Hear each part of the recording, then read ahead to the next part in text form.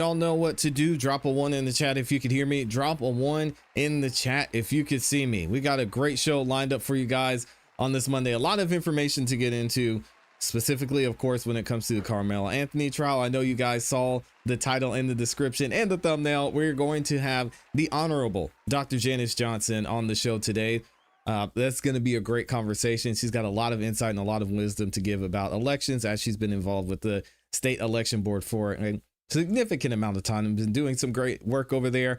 We got to get into what's going on and give you guys an update about this Carmelo Anthony trial. And then, of course, we got some other news for you when it comes to fraud going on across the nation, specifically Medicaid fraud and what's been happening in Minnesota and now in Ohio. We'll get into that in a second. But before I do, I got to say what's up to the amazing folks who make this show the amazing place that it is. And that's you guys. Thank you to everybody that's in here. Shout out to my beautiful, awesome, amazing Amy E. Y'all make sure you go support her. Go check her out over on X if you haven't yet, at IAmyLeigh on X. That's at IAmyLeigh on X. That's at IAMYLEIGH on X. Make sure you follow her to stay up to date on the latest news. Also, make sure you follow her on YouTube as well. Y'all see her in there in the chat. You can type at Love Amy E in your search bar, or you can just click the link in the description. Now, I do have one thing and one favor to ask you guys as we go throughout the show. Please make sure you like the video on your way in. Likes are free, helps the show continue to grow. It lets the algorithm know that you guys are enjoying the show, and it shares this live stream, all the videos, and the entire channel with more people. So thank you to the nearly 300 of y'all that have done that, which is crazy. I appreciate every single one of you. And thank you all for being here. If you're feeling extra generous, you can share the video as well. All you have to do is click the share button. It's an arrow that's curved and pointing to the right. That'll allow you to share the video to any social media platform you're on. And you can even share it via text message. And then I will be reading super chats as we go throughout the show. So if you want your voice to be heard, I will be pulling the super chats up on the screen. So thank you to everybody who goes the extra mile and drops those super chats in there. All right, we're gonna get into it. As I mentioned, we have a lot to talk about when it comes to this Carmelo Anthony trial. So hopefully y'all are ready for that. And again, if y'all could, let me know where you're at. Let me know how you guys are feeling, what you got into over the weekend, and I'll be reading a couple of y'all's comments as we go throughout the show. All right, let's get Carmelo up here and get right into the content, because we've got a lot to talk about as usual. First off, we're going to talk about this day 2 testimony. Oh boy, this day 2 testimony got crazy. As many of you know, day 2 of the Carmelo Anthony trial went down over the weekend, and we have a lot to discuss going into day 3. We're going to talk about some of the witness testimony that took place, how that potentially looks to the jury, and what that looks like when it comes to Carmelo Anthony's main issue, which is the self-defense plea. Now, we're actually going to go to the courtroom, or to outside the courthouse, and see what's going out there, because obviously, as you guys could imagine, there's a lot of tension that's arising out of this case. And JD Miles posted a video of what's happened outside the courthouse. He says tensions are running high outside the Collin County courthouse right now. This is currently happening outside the Carmelo Anthony murder trial. Look at this. Like we give a fuck about this shit. Well, we know what side y'all on already. We don't give a fuck about none of it. We already know y'all picking sides. We know what side y'all on when y'all got out the car. We know when y'all sat in the car and talked on the walkie-talkies. We already know what y'all got going on. Yeah, we already know y'all on the walkie-talkies. Hey, there they go again. They're gonna come out of the car. Call the jump out, boys. What are you doing? Hey, they right up again. Yeah, we already know y'all game. We know y'all taking. The gig is up. The gig is up. The gig is up. If you got jumped out 4 people, what would you do? Would you defend yourself? Would you defend yourself? If 4 people was attacking you, what would you do? What would you do? Would you defend yourself? I want to know. No, you're acting like an animal. You're acting like an animal. She ain't acting like an animal. She acting like a human being. She's acting like a human being.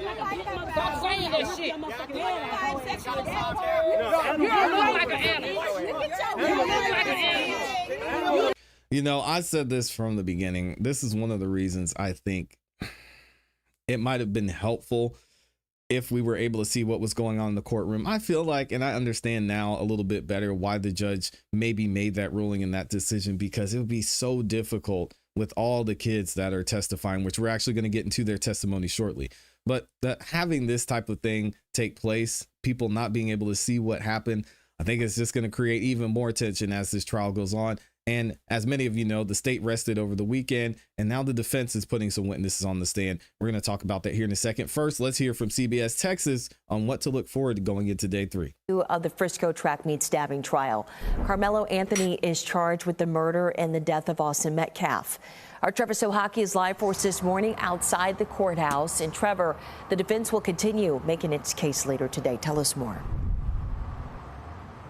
Yes, it will, Carmen. And Anthony's defense here is that he was acting in self-defense. He's arguing that Metcalf provoked the altercation between the two of them. Now, the defense started presenting its case over the weekend by calling Anthony's track coach to the stand.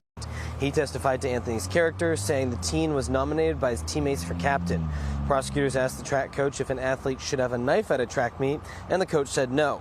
Before that, prosecutors questioned 18-year-old Eddie Parra, a teammate of Metcalf at Memorial High School, and the person who greeted Anthony at the Memorial tent. Parra told the court he and Anthony were acquaintances before the track meet, and in response, the defense showed pictures of the two together on multiple occasions, including at a track meet in March of 2025, sitting together on a bench and talking. Court will pick up where it left off, starting today at 9 a.m. Live. All right, so let's actually get into some of the testimony so we can see what happened inside of the courtroom. Shout out to JD Miles. He's been up to date on everything that's happening inside the courtroom, and he's got some testimony to share for us from what went down on day 2 and more of what we could hear going into day 3. He says this: more current and former high school students are taking the stand today in the Carmelo Anthony murder trial as the judge orders testimony on Saturday. Here are some of the back and forth question and answers with the prosecutors and the defense attorneys with those students. So here's the first student question. So the prosecutor says, why was there a reason you saw Carmelo Anthony? Was there any reason you saw for Carmelo Anthony to stab Austin Metcalf? And then the witness says no. He also says, was Carmelo Anthony acting in self-defense? The witness says no. That's lethal force against non-lethal force. Again, that seems like a very important statement by a witness. They believed it was not worth it. It wasn't necessary. I'm surprised they were able to get that in. Either way. So now the defense attorney asks, did you see Carmelo Anthony before? The witness says, I don't remember. He also asks, do you remember telling Detective Hunter? Do you remember telling Detective Hunter popped in and defended Austin? Interesting. Do you remember telling the detective, is what I think you meant to say, that Hunter popped in and defended Austin? And the witness says yes. He also asked, do you remember in your written statement saying Austin put his hand on the shoulder to intimidate? And the witness says yes, more of a warning. Actions speak louder than words, meaning, hey, Austin's dead and he never did anything allegedly to Carmelo. The defense attorney asks, a bigger build? Was Austin bigger? The witness says yes, he was bigger.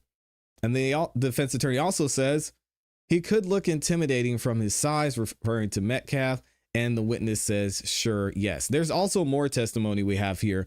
And this one specifically I wanted to point out because it goes into the detail of what the witnesses are saying happened leading up to Carmelo stabbing Austin Metcalf. Check this out.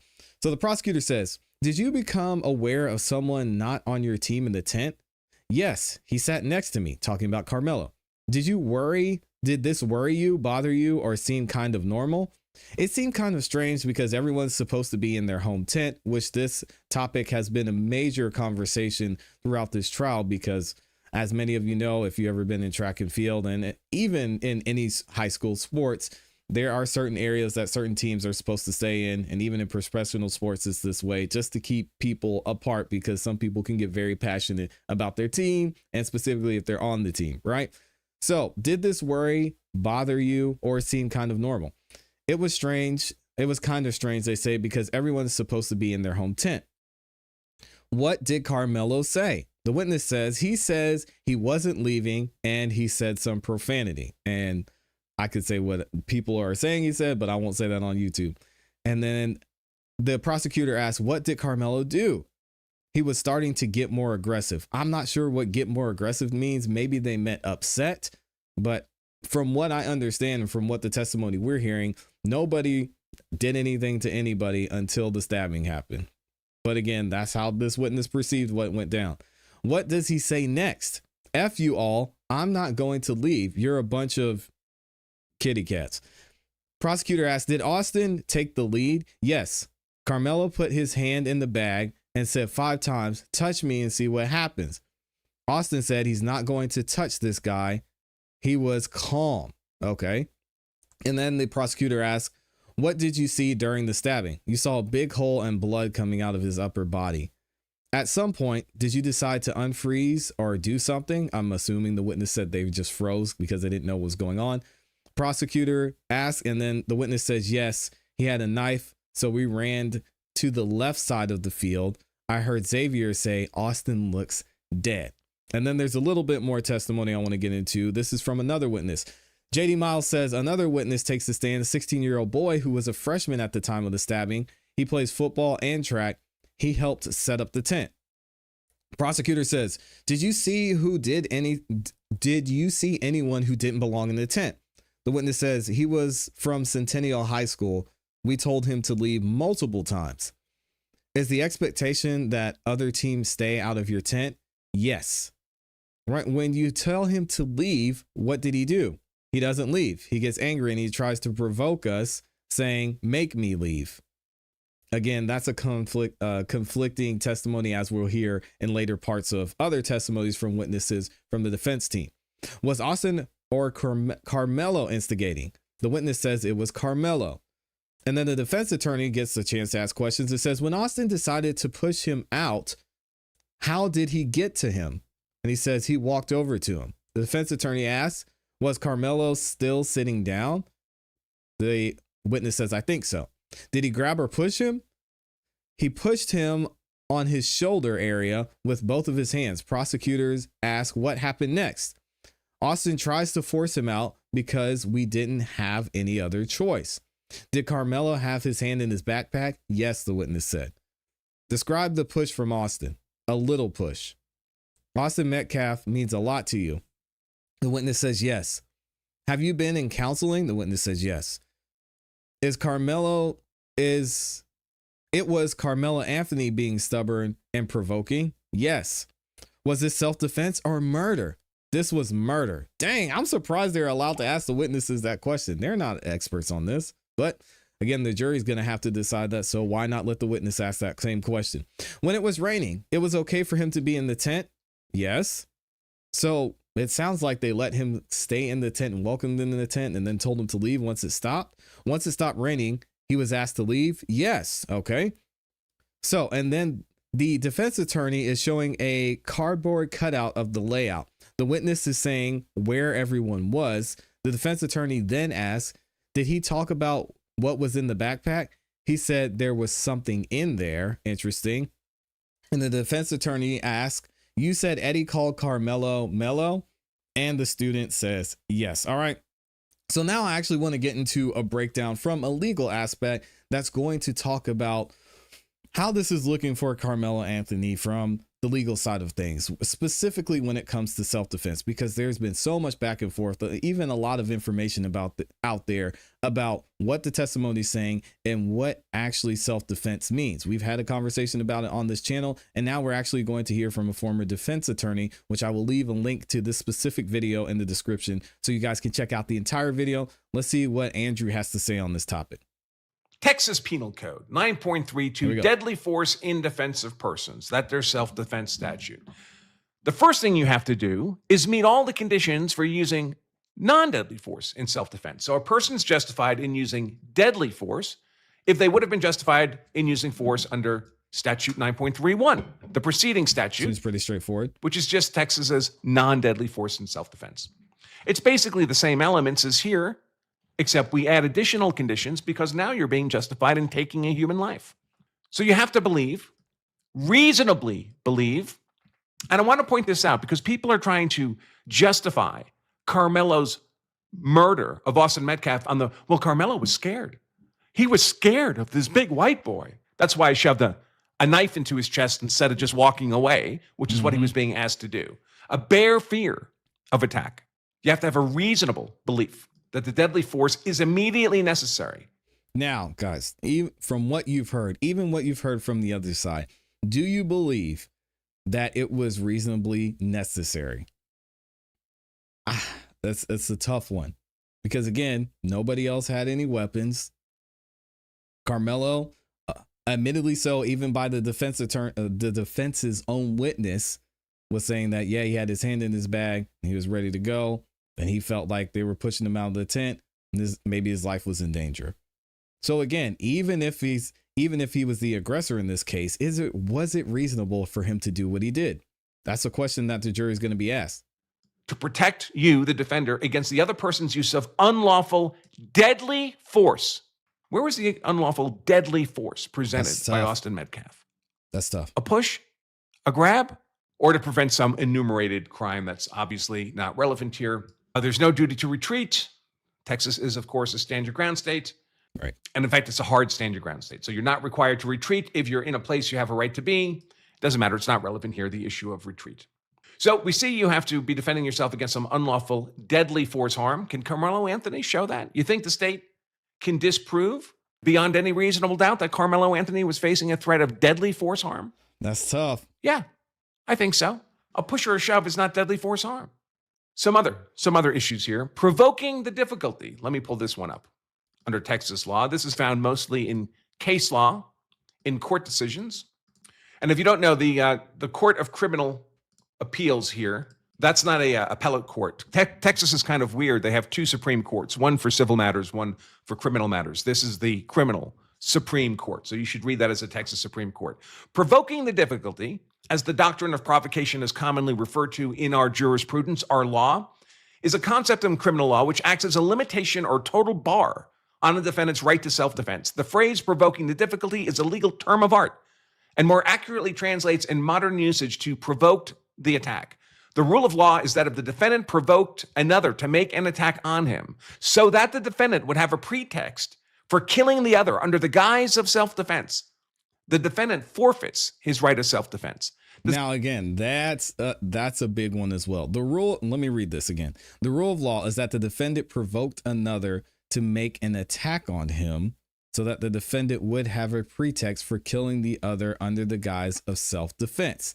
Now, what we're hearing from the testimony from many people involved in this is that Carmelo was totally fine and totally okay being in the tent while it was raining. What we're hearing from the testimony is that they welcomed Carmelo in, the rain stopped, they're like, all right, man, get out of here. Your time's up. You could have went somewhere else. Right. And then that's when the back and forth happened. Was Carmelo Anthony provoking them? Did he have his hand in his backpack? It was like, say something. It's hard to tell. Does that describe the conduct of Carmelo Anthony here? Touch me and see what happens. While he has his hand on his open knife in his bag. And the minute that contact occurs, non-deadly contact, a grab, a shove. One witness says Austin Metcalf never even reached into contact with Carmelo Anthony. That's how fast Carmelo Anthony stabbed Austin Metcalf in the chest. Dang. But even if Austin Metcalf met conduct, wasn't that provoked? Wasn't it provoked by Carmelo Anthony? With his hand on the knife in his bag so he would have a pretext for killing Austin Metcalf under the guise of self-defense? And therefore forfeits his right of self-defense? And if you think it's just one case or an odd opinion, Texas law is thick with case law on provocation. Here's a jury instruction, which will certainly be given in this case. Instruction to the jury. The jury will be instructed that the lawful use of self-defense is not available if the defendant provoked the other's use or attempted use of unlawful force. So even I can imagine in this case, and this is probably what the prosecution's trying to do with this testimony, is if Austin were here, and unfortunately he is not, I mean, he would have a defense by saying, hey, listen, he was walking over there, he stood up, he had his hand in his backpack. I didn't know what he was doing. So I just wanted him to get out of there because I didn't know if he was going to start something. I didn't know what was going on. I didn't know if he had a gun, a knife, whatever. But he stood up. He had his hand in his backpack, which has been the consistent testimony here. And so I told him to get out of there and pushed him out. That could be seen another way. Are they going to be able to prove that through the testimony of people who were there? That's, again, going to be up to the jury. Defendant provoked the other's use or attempted use of unlawful force. So even if we can see that Austin Metcalf didn't have a legal privilege to shove or grab Carmelo Anthony, even if we can see that, it doesn't matter. You still can't have provoked that conduct. Right. A provocation instruction tells a jury that if it finds that the accused, Carmelo Anthony, provoked the problem in order to have a pretext to kill or injure, then the right of self-defense is forfeited. A provoking the difficulty jury instruction is proper if self-defense is an issue. It is. Carmelo Anthony is claiming self-defense. Facts and evidence show that the victim, Austin Metcalf, made the first attack on the accused. Even the Carmelo Anthony fans are saying that's true. They're screaming it. Austin Metcalf was the first aggressor. All right?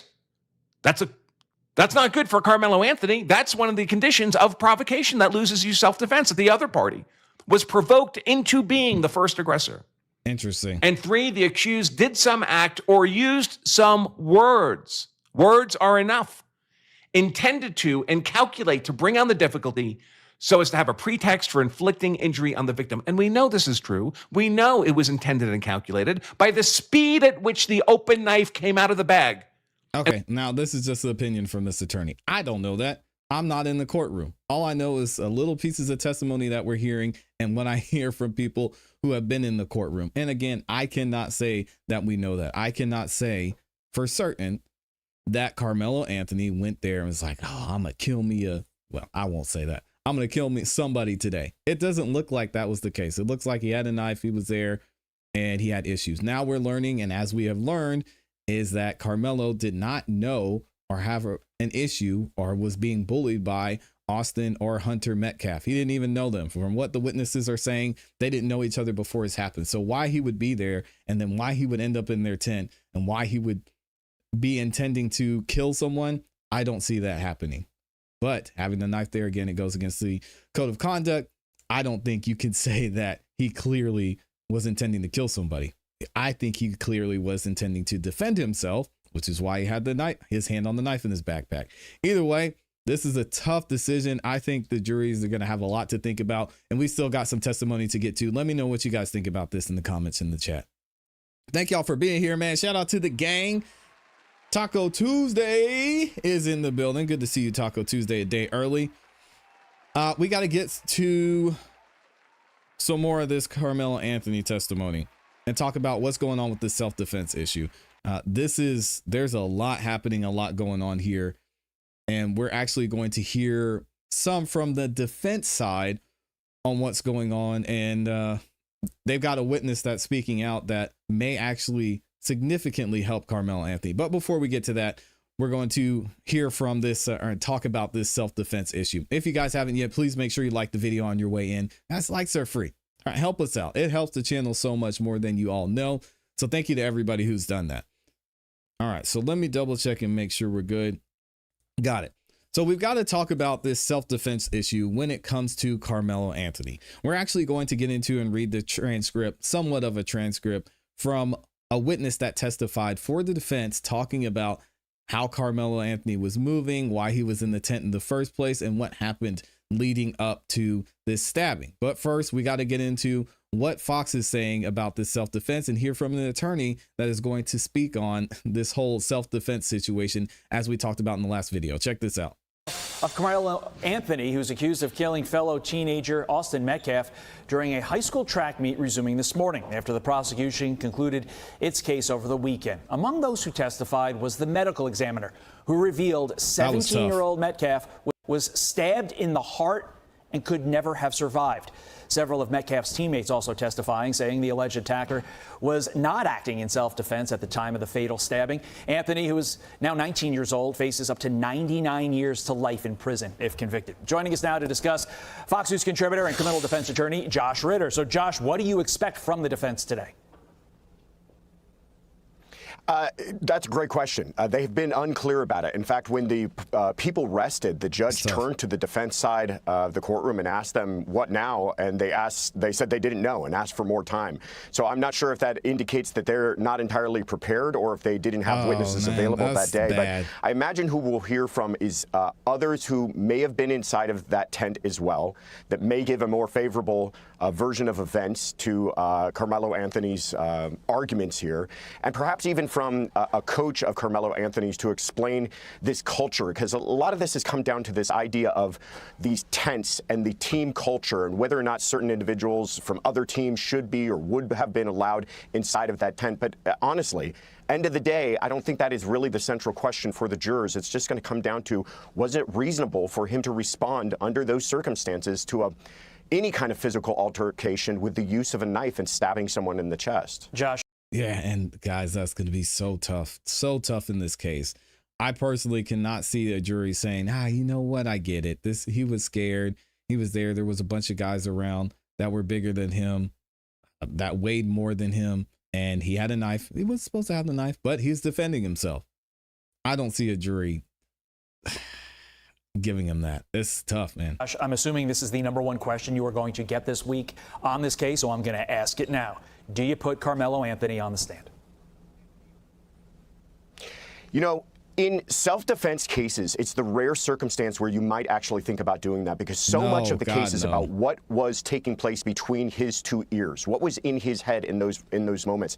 And I'll tell you, this case is not going well for the defense. It might be a situation where they feel like their best bet is to put him on the stand, stare those 12 jurors in the eyes, and tell them why he felt he was so fearful under those circumstances that he had to use deadly force. It might be their only chance. Usually I'd say no. This might be the one rare occasion where you might put him on the stand. Yeah, you don't pay lawyers for their knowledge of the law. You can get that out of the book. You can get that out of AI. You pay them for their gut instinct in moments like that. Before we let you go, jury selection expected to start today for the 29-year-old man. Guys, what do you think about that so far? As we get into some of the words that were said by the defense witness, what do you guys think about that? Let me know in the comments in the chat. This is going to be a tough one. I feel like, as we've seen, and so far from what we've seen in testimony specifically, that this is going to be an uphill battle for the defense. And again, the burden of proof is on the state, but they brought so many witnesses that have testified to what was clearly seen by the jury in this case. What happened on camera, Carmelo Anthony stabbing Austin Metcalf, which no one's denying. The reason, we have to find out. We're going to have to hear from the defense, and they're going to have to say, well, listen, guys, there was a reason he did it, because he was scared, because he was in fear for his life, because he was provoked in this way.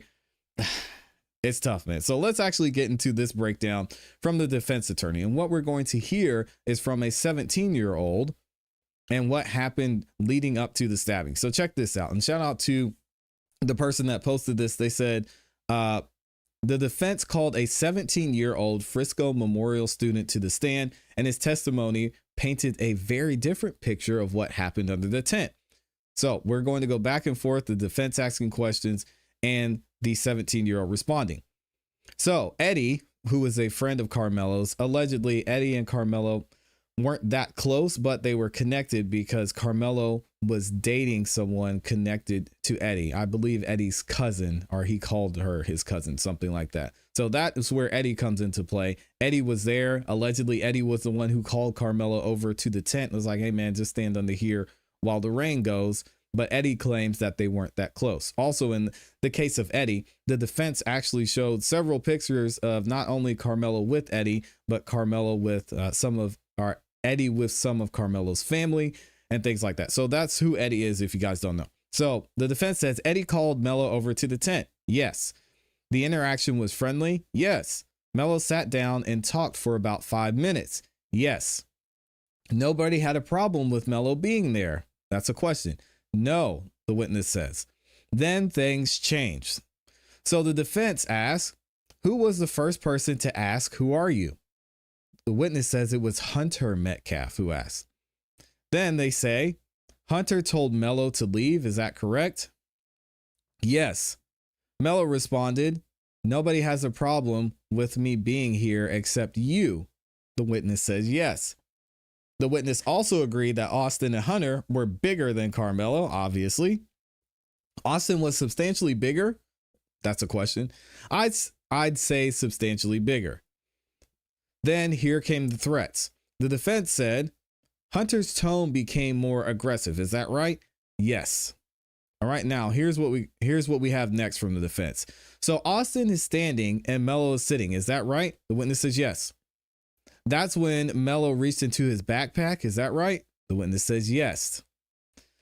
Again, I think that's going to be a problem. And I don't know why in the world the defense would harp on this point, because if I hear that as a juror, if I say Austin's standing and he say, hey man, get out of here, whatever he said, and Melo stands up and he's got his hand in his backpack, that doesn't look good. That doesn't look good to me as a juror. I mean, some might argue that, oh, well, he was just ready to defend himself. Others could say, well, maybe that was intimidating to Austin. We'll never know because Austin's gone, sadly. That's when Melo reached into his bag, right? Yes. So then Austin said, I know you don't have anything in that bag. And the witness says, yes. The defense is asking this. And then the witness testified that Austin moved several rows closer toward Carmelo, and Carmelo remained seated with his hand in his bag. The defense asked, so Carmelo said something like, don't touch me, or as long as you don't touch me, we're cool. And then the witness says yes.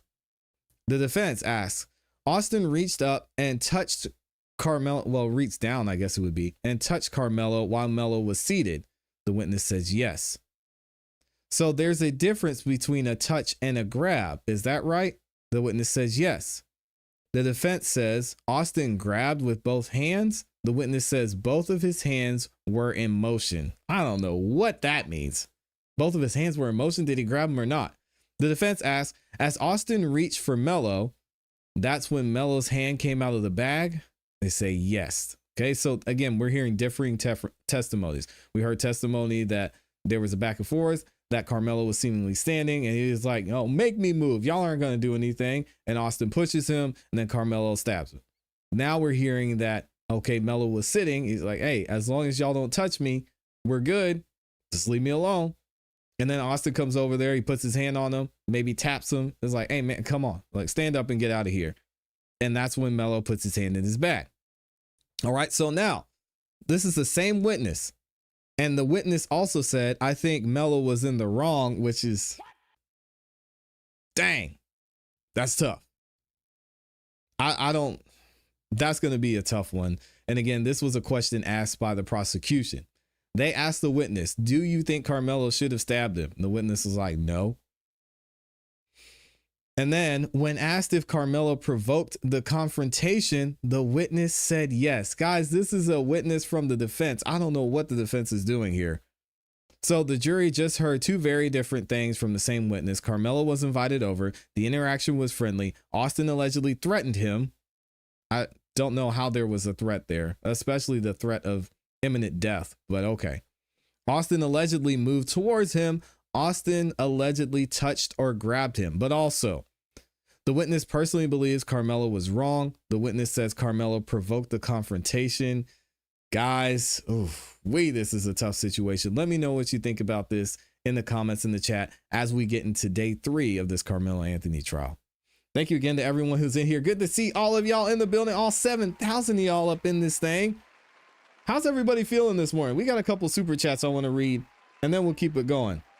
My guy, Mr. Brown, is in here, and we've been praying for Mr. Brown. He wasn't feeling good, so y'all please make sure that you say a prayer for Mr. Brown. I'll see what he says in a minute. Mr. Brown says he drops the 40 bomb. Oh my goodness. He says, when I get better, I will be back. Love you guys. Oh, we love you too, Mr. Brown, and we're continuing to pray for you. Hopefully you feel well. Give me specifically and let me know specifically what's going on so we know how to pray specifically. You're going to make it through this. You're going to be okay. God's got you, and we'll be praying for you as well. Thank you for the support, my friend. It's always good to see you in here as well. He says, I'm just making a donation to the group. I'm very sick. Yeah, tell us what's going on, Mr. Brown. Let us know. We'll be praying either way. Some of y'all are saying in the chat, why did he bring a knife? Good question. I'm not buying. He was afraid. He played football in Texas against guys Austin's size. Should Austin have kept his hands to himself? Yes. Did that give Carmelo the right to kill him? No. And I don't see how in the world, as a defense attorney, that you can say he had the right to do that. Even the defense's own witness are saying, I don't think he should have killed him. Dang. I think Carmelo was a good kid. It seems like it, but he made a mistake by using a weapon instead of his hands like the good old days. That's a great point. That is a great point, man. Why not just fight? I mean, I remember not to brag about fights in high school. I played football in high school. I mean, that's just what you did. Thinking back, man, can you imagine a kid, especially as we have fights with some of the rival schools? Can you imagine a kid brings a knife? Like knowing you're playing and you're going up against a rival school, somebody's got a knife out there. I know it's happened before and I've heard the stories, but sheesh, man, that's scary stuff. Very, very scary stuff. I can't imagine the kids who had to see this go down. I mean, according to the police report or according to the arrest report, you know, Hunter was close by, but it wasn't like he was dying or Austin was dying in his arms. But I mean, still, can you imagine having to go through that? That's insane. Either way, we're going to get into our next topic. Again, shout out and big thank you to my guy, Mr. Brown. We're going to be praying for you and let me know specifically what you're dealing with over there, Mr. Brown.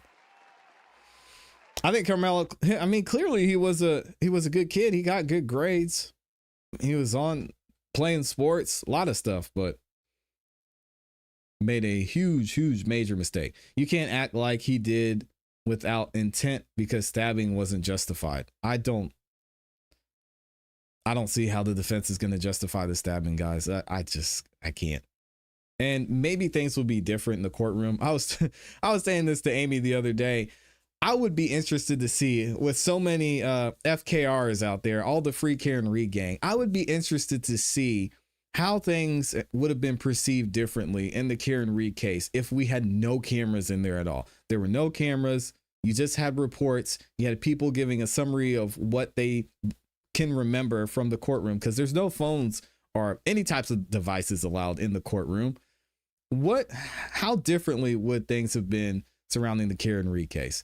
I think about this a lot. I wish there was a way to do like a blind reveal. It's a concept I thought of. Maybe you go through a case that already went down and see how people thought, what the jury decided, and just show that to people and do a blind reveal and say, oh, this was actually a case where a lot of people said that this person was guilty and they ended up being innocent. And this is why, and this is the situation. So anyway, I'd be interested to see how it plays out, because being in the courtroom and actually being able to see, being able to hear the video, being able to hear the testimony is way different. As a juror, it's way different as someone who's actually reporting on this. So we'll have to wait and see, because the jury's seeing a lot more than we did. Either way, let's get into it, because this next one is interesting, something we've been reporting on. I know y'all are going to be interested in as well. Let me get a sip of water real quick. So we got to talk about what's going on in Minnesota, specifically with this governor. Minnesota is back in the spotlight, specifically when it comes to fraud, and specifically the governor out there in Minnesota, which is Tim Walz. Now, Tim Walz has been at the forefront of this entire conversation of the fraud in Minnesota, mainly because he was the one who's like, yeah, let's increase the budget for what's going on with autism here, and we'll funnel more money into this. And then people have been taking advantage of that through Medicaid fraud. Right. And then we've heard from him how he thought about Nick Shirley, calling him a conspiracy theorist and shaming him, as Nick Shirley went and testified before the Senate and actually turned out that what he was saying was correct. And now Tim Walz is going and taking all the credit. Well, it turns out that Tim Walz, according to an oversight committee, actually knew what was going on with the fraud. Yes, we're going to hear from Fox News, and we're actually going to get into the official report from the Oversight Committee that talks about what went down in this situation and how Walz knew what was happening here. But first, check this out from Fox. It says a bombshell oversight report just dropped, confirming that Governor Tim Walz and AG Keith Ellison, who many believe was involved in what happened with Don Lemon and that assault on the church in Minneapolis, says that they knew about the rampant Minnesota fraud for 6 years, guys. But they wanted to keep the votes, so they didn't target the Somalis. Oh my gosh, it's confirmed.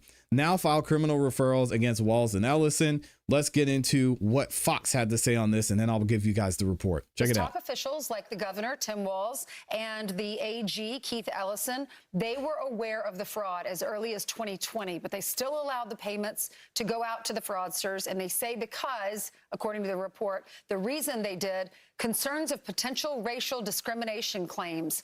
because many of the defendants are from the Somali immigrant community. So this is woke gone wrong again. You got people that are committing criminal acts, taking money from taxpayers. Many of these people immigrated to the country. Some of them are not even citizens of the country. And they're using it for fraudulent purposes. And the government knew about it. They didn't do anything about it because they are considered a protected class. And they attacked the whistleblowers. Right. And that's part of the report. Right.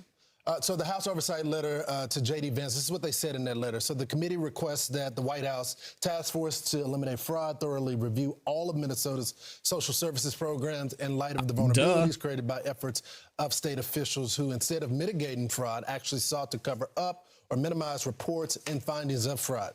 Specifically, the committee's investigation found that senior officials in Minnesota state government, including Governor Walz and Attorney General Ellison, were aware of widespread fraud in federally funded social service programs for years, possessed the legal and procedural authority to stop the payments and ban fraudulent providers, but repeatedly failed to act. As a result, potentially billions of American taxpayer dollars were paid to fraudulent actors. All right, guys. So we're actually going to get into the report here and see what the Oversight Committee had to say. I've got the actual document for you guys, and we'll get into it here in just a second. But first, they had this press release. What did they have to say? Oversight Committee releases a bombshell report exposing rampant fraud plaguing Minnesota's taxpayer-funded social programs. It's insane that they weren't looking into this earlier when there was somebody out there showing exactly what was happening and how it was happening. 6 years, guys. I would be really upset if I was in Minnesota, but we got our own issues here in Georgia. Either way, the House Committee on Oversight and Government Reform released a staff report today titled "The Cost of Doing Nothing: How Tim Walz and Keith Ellison Fueled Minnesota's Fraud Explosion." The report exposes how senior Minnesota state officials, including Governor Tim Walz and Attorney General Ellison, were aware of widespread taxpayer fraud in federally funded social programs for years, possessed the authority to stop the payments, and ban fraudulent providers from participating in these programs, but they repeatedly failed to act. I wonder why. As a result, billions of American taxpayers' dollars were potentially paid to fraudulent actors. And we know, we've seen so many reports, and we talked about it here come out. 41 million, 42 million, 21 million, 10 million, over and over and over and over. And where it's being sent right back over to Africa. These high-rise buildings are being built, and it's a major problem. And if they knew about this and didn't do anything to stop it, people in Minnesota, what are y'all going to do? Because this is crazy. So also, the report includes testimony and documents obtained by the committee showing that the Minnesota state leaders consistently failed to address known fraud concerns and retaliated against state employees who sought to protect taxpayer funds, allowing criminal schemes to flourish and diverting critical resources from vulnerable Americans. Also, the Minnesota governor, and this is a quote from the House Committee on Oversight, and this is the chairman, James Coomer. He says this: Minnesota Governor Tim Walz and Attorney General Keith Ellison are responsible for one of the most stunning oversight failures this committee has ever examined. Today's report is the accumulation of months of investigative work and reveals hard evidence showing how Walz's administration failed to stop widespread fraud, allowing criminals to enrich themselves at the expense of American taxpayers. Billions of dollars were stolen because Minnesota state leaders turned a blind eye to rampant fraud and retaliated against state employees who dared raise concerns. Not to mention, they called the man investigating this and at the forefront of this investigation a conspiracy theorist. And there's so much so that they're even trying to move and are trying to currently push laws to keep people from investigating this kind of stuff. So they also say it is now clear Walz's administration chose to protect the system rather than protect the taxpayer. Americans are fed up with fraud and expect actions from the government entrusted with their hard-earned money. House Oversight Committee has now passed over a dozen bills aimed at protecting taxpayer funds and strengthening oversight of federal programs ripe for fraud. This committee will continue to work alongside President Trump's anti-fraud task force to have the backs of hardworking Americans, and that is from James Coomer. All right, so let's actually go ahead and get into this report and see what they had to say, specifically at the beginning. Now, this report is 205 pages long, guys. You know, there's a lot of information down here, and we're going to break it down in other videos, but I want to give you guys the summary first. So, in December of 2025, the House Committee on Oversight and Government Reform launched an investigation into fraud plaguing Minnesota's social services programs that Governor Tim Walz and Attorney General Keith Ellison failed to halt despite repeated warnings. The committee's investigation found that senior officials in Minnesota state government, including Governor Walz and Attorney Ellison, were aware of the widespread fraud in federally funded social service programs for years, possessed the legal and procedural authority to stop the payments and ban fraudulent providers from participating in these programs, but repeatedly failed to act. As a result, billions of American taxpayer dollars were potentially paid to fraudulent actors. They fraudulently obtained funds, likely funded international terrorist networks, among other bad actors, while vulnerable populations were harmed and whistleblowers were ignored, sidelined, and retaliated against, which is true. Testimony and documents obtained to date establish a consistent pattern. Fraud warnings were elevated to the most senior levels of Minnesota state government. Meaningful corrective actions were delayed or avoided, and payments continued long after credible signs of fraud emerged. The committee learned the following through its investigation. Here's what we got. Senior officials in Governor Walz's office and Attorney General Ellison's office were aware of credible systemic fraud concerns in social service programs as early as 2019. With the Minnesota Department of Human Services and by April 2020 within the State Department of Education, despite their public statements by Governor Walz suggesting otherwise and saying, oh, there's nothing there, guys, don't worry about it, we're fine. Nick Shirley's talking about the Leering Center. It's not a big deal, when he knew there was fraud going on behind the scenes. Obviously, I mean, he's a politician. Got to worry about that election, right? Number two, Minnesota state agencies had clear authority to suspend or stop payments to providers suspected of fraud without requiring independent direction from courts, law enforcement agencies, or federal governments, but they failed to act. In the case of fraud by nonprofit Feeding Our Future, the MDE continued payments even after identifying serious program deficiencies. Continuing payments were a voluntary state action and not responsive to any court order to resume payments. The state's decision to continue payments allowed hundreds of millions of taxpayer dollars to continue going to fraudsters for another 8 months until the FBI stepped in, which it seems like the FBI and the Department of Justice are the only ones willing to do anything, and executed search warrants of FOF's offices. Number four, litigation threats and fear of accusations of discrimination. Not legal or regulatory barriers were repeatedly cited by state officials as for the reason for continued funding of entities suspected of fraud. So again, this is where the accusation comes in that Tim Walz, the only reason he was turning a blind eye was because he wanted to make sure he got those votes and these people were able to vote. So he said, hey, I'm not going to do anything right now. So y'all go ahead and do what you got to do so I can get these votes. Also, despite Governor Walz's claims, law enforcement agencies, including the FBI, never directed Minnesota state officials to continue payments to Feeding Our Future or other suspected fraudulent providers. Number six, instead of trying to stop the widespread fraud, Governor Walz's administration retaliated against employees who tried to raise concerns, going to great lengths to keep them quiet, including intimidation through regular check-ins with high-level agency officials and threats of surveillance. Good Lord. Concern among senior officials with the DHS only rose after they recognized it would receive negative media attention. Yeah, of course. And that's when Tim Walz took credit for everything that happened. Said, yeah, in Minnesota, we do not tolerate fraud. We're going to crack down on the fraud. We're not going to allow that here. And Kash Patel laughed at his face, said, okay, man, yeah, we know what you've been doing this entire time. You had 6 years to deal with this and did nothing. In 2023, the DHS and the Attorney General's office did remove some providers enrolled in Medicaid services and worked with FOF before any convictions of fraud. Otherwise, Minnesota officials were hesitant to stop payments and disenroll providers from services with a final legal determination of fraud. Both Governor Walz and the Attorney General Ellison claimed to know very little about the widespread fraud occurring in Minnesota since 2019. The committee asked Governor Walz and Attorney General Ellison about well-documented events in Minnesota state government during their tenure, and neither were able to provide sufficient answers to the committee members about the state of government about when the state government knew about fraud and any measures they took to safeguard taxpayers' dollars.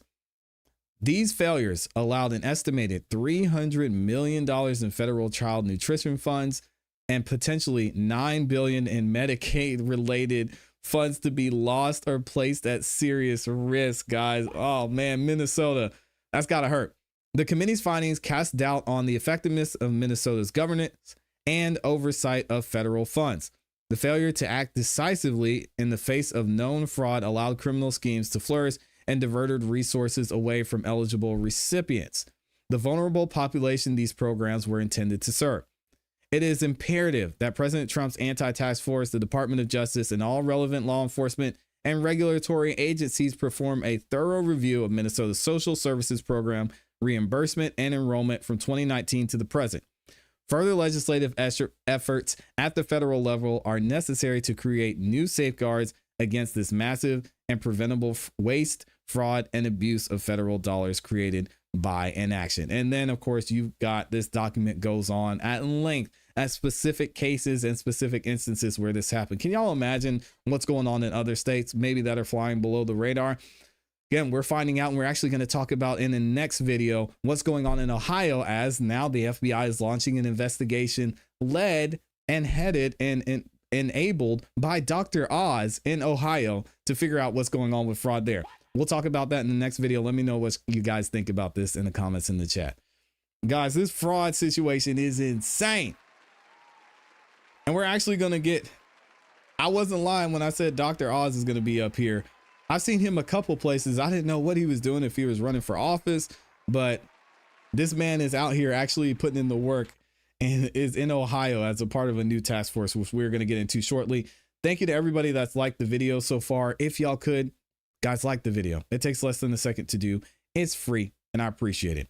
We are going to have Dr. Janice Johnston up here shortly, probably in the next 20 minutes or so. So make sure you guys stick around for that. If you have any questions for the Honorable Dr. Johnston, please make sure that y'all drop them in the comments. It's going to be a great conversation. We're going to talk about what's going on and what her plans are for the future, which we didn't get into her resignation. We may get into it shortly, but either way, make sure y'all get ready for that.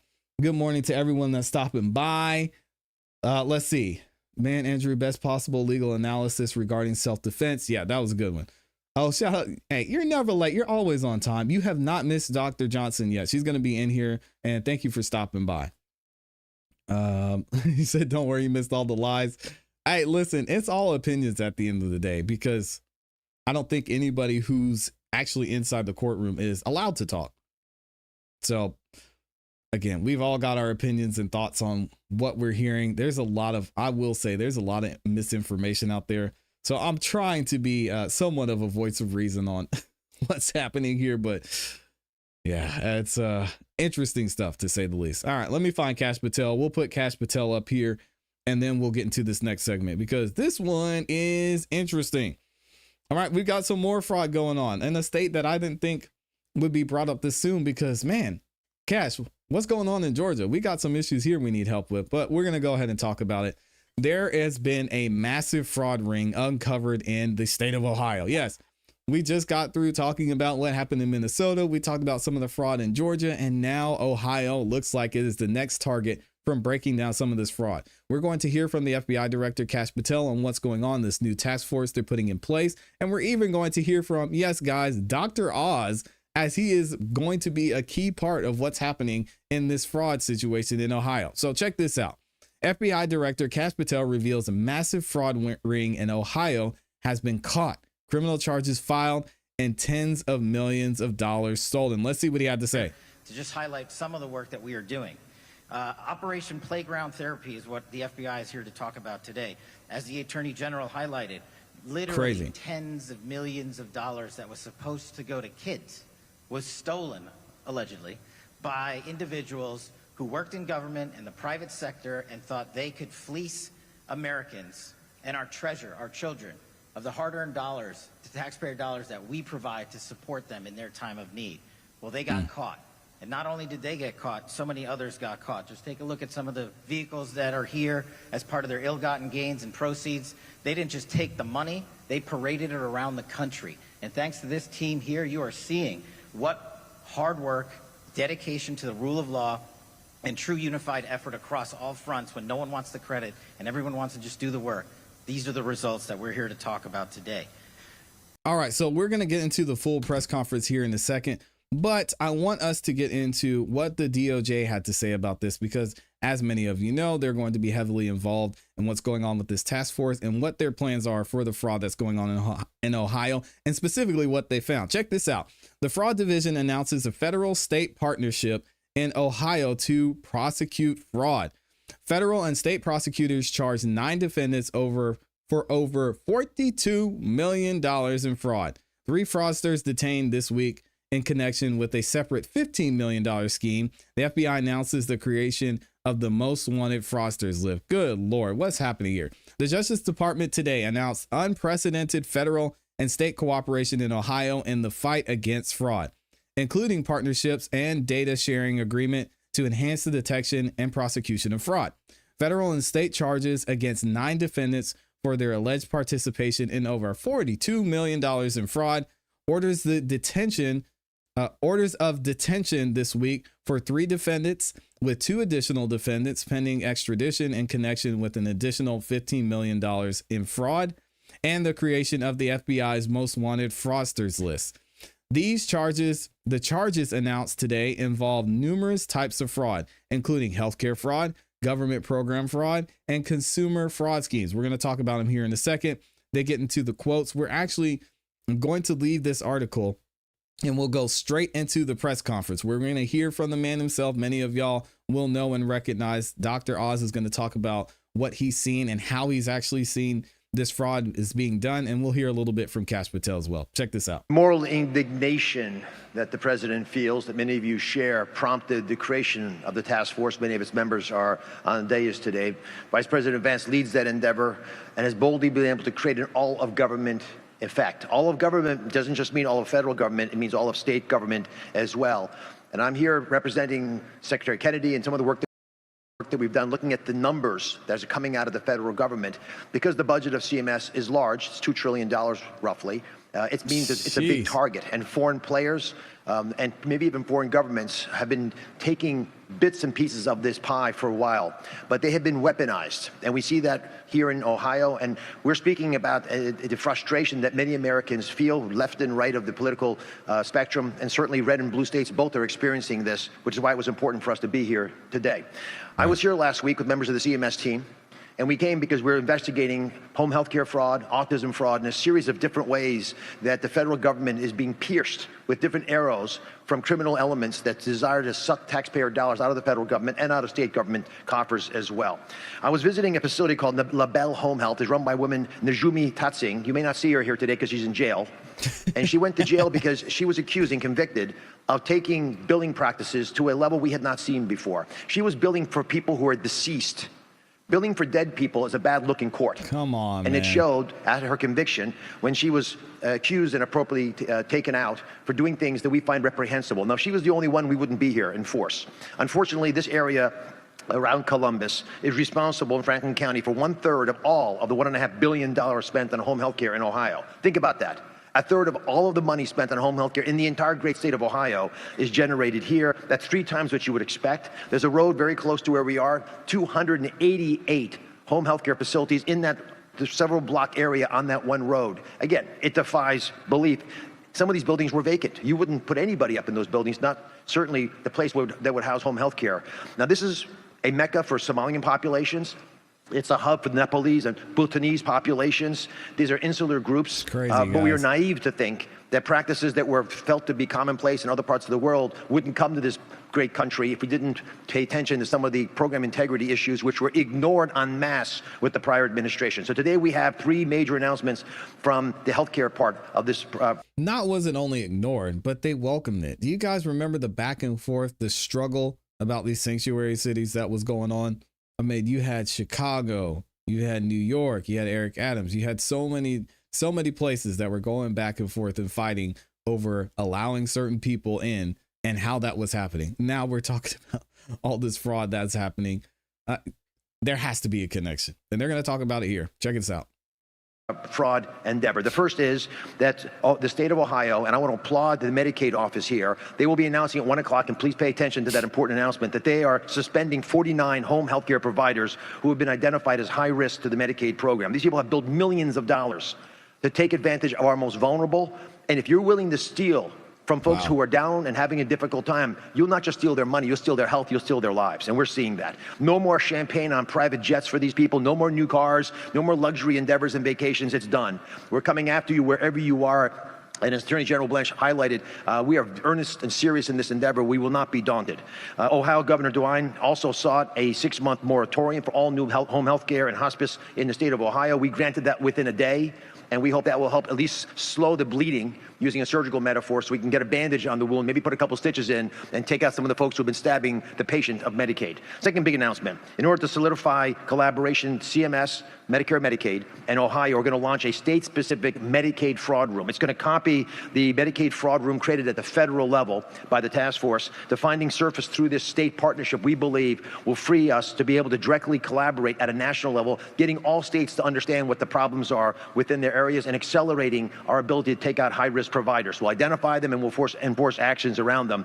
The applied behavioral analysis process, it's called ABA therapy for autism, has been scandalously abused.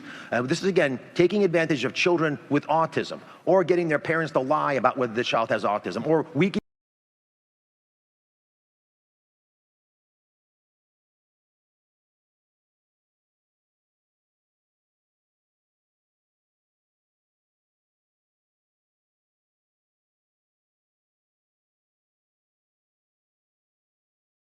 the system so the kids who actually need the services can't get them anymore. There are 9 providers that were paid more than $1 million to do this last year, these ABA services. We're going to go after them. We're going to deny some of the issues. In fact, 2 of these people were denied access to Medicare already. They should never have been in the Medicaid program. The top provider earned over $3 million. That's twice the closest competitor. And remember, the average provider of autism services gets paid around $200,000. So to have someone pay over $3 million is shocking. And the war room that's created with Ohio will be opening investigations on 2 home health care providers, and this war room is going to yield huge benefits.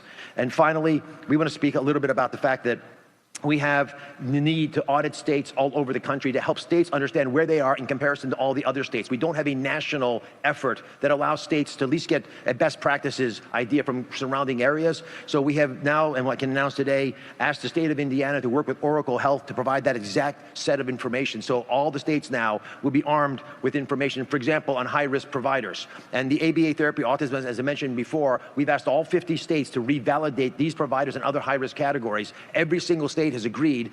By this Friday, they're obliged to provide us with a specific plan. But if you're involved in some high-risk endeavor, these are endeavors that are unlicensed individuals, often in unsupervised settings, we want the states to go back and check who you are. We're not paying fraudsters for dishonest endeavors that hurt the American people. Now, it's my great honor to introduce a wonderful friend, all known to you as the head of the FBI, who's done a wonderful job taking this effort on seriously. And when CMS, when Medicare and Medicaid can crutch on law enforcement, like we have with the DOJ and the Office of Inspector General and the FBI, it accelerates our path towards success. Cash.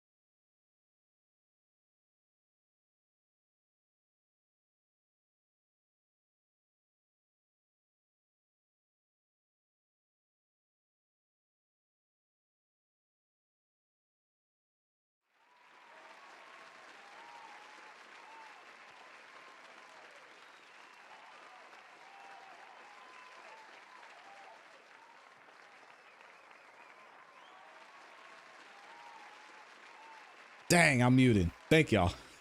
I was muted that whole time. Dang, how long was I muted for? That's tough. I appreciate y'all letting me know.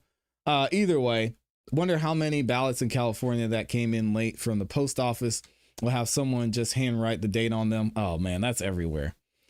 Yeah, thank y'all for letting me know that I was muted. I fixed it.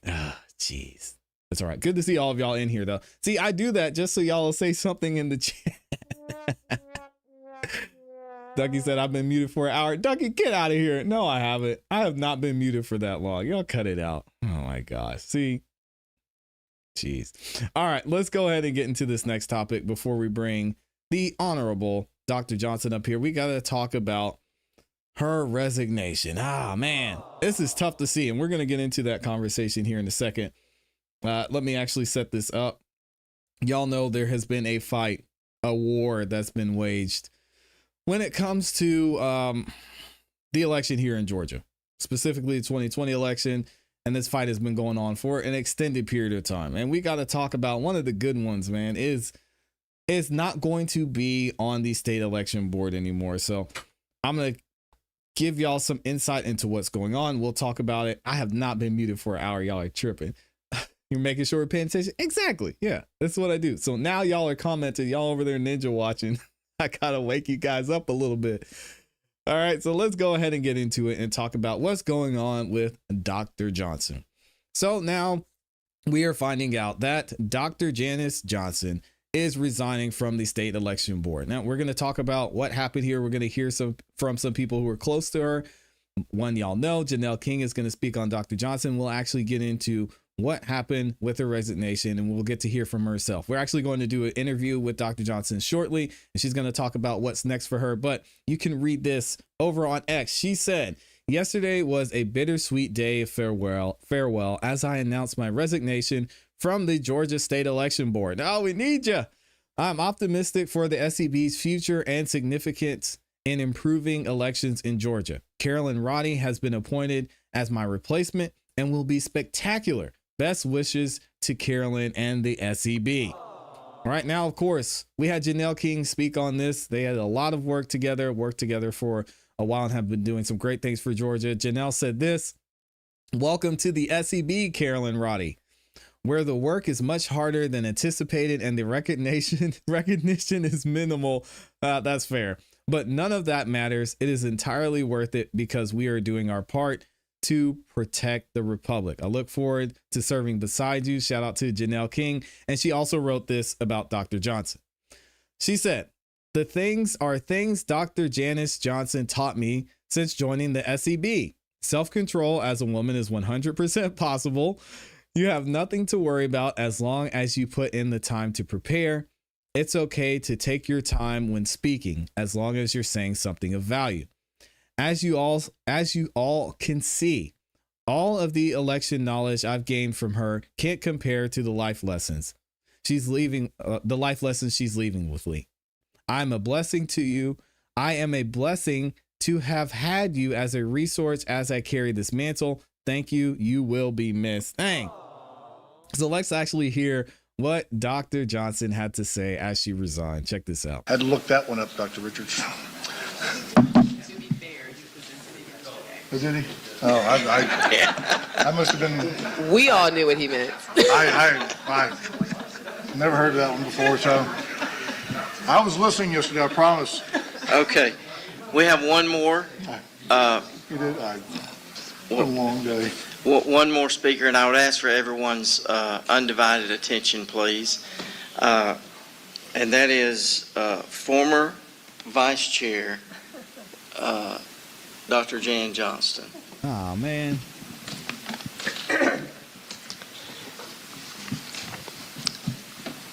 The talk today is what counts. The Oxford Dictionary gives several definitions of the word count. Count, first, to determine the total number of something, like voters, ballots, votes, batches loaded report, opening count, protective count, closing count, results tally reporting. It's no secret I like to count. I like numbers. I like data. I like measurable and verifiable results. Number two, count, to take into account, to include, like active and inactive voter registrations, risk benefits of absentee voting, election security, mitigation of security risk, voter confidence, transparency, accountability, and every factor that contributes to a trusted election process.